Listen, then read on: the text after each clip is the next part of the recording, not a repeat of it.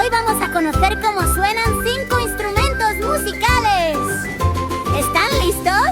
Escuchen con mucha atención. La flauta canta como un pajarito, vuela en el aire con un silbito. Fiu, fiu, fiu, tan suave y veloz como el viento que trae una voz. Tiene agujeritos por donde soplar y suena tan dulce como un cantar. ¡Qué sonido tan especial! La flauta nos hace soñar. La guitarra suena rum, tum, tum. Con sus cuerdas baila zum, zum, zum.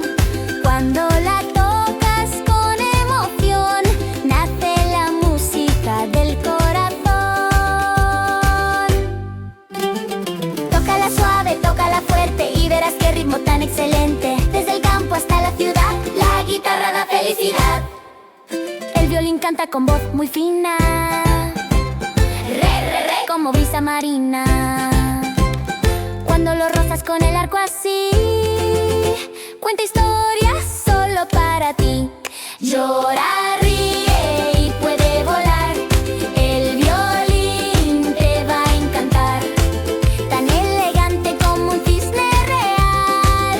¡Qué instrumento tan especial! El acordeón se mueve sin parar, como un gran violín al respirar. ¡Guau, guau, guau! Suena en la fiesta y la alegría nunca se arresta. Con botones y teclitas saca notas tan bonitas. Cuando suena el acordeón todos bailan con emoción.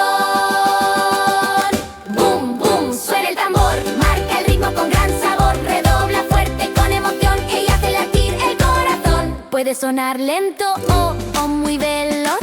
Escucha bien su poderosa voz. Al compás de su sonido, todos brincan divertidos. Ahora repite conmigo. Fiu, fiu, fiu. Rum, tum, tum, re, re, re. Guau, guau, guau. Bum, bum, bum. Flauta, guitarra, violín y tambor. Acordeón también con su color.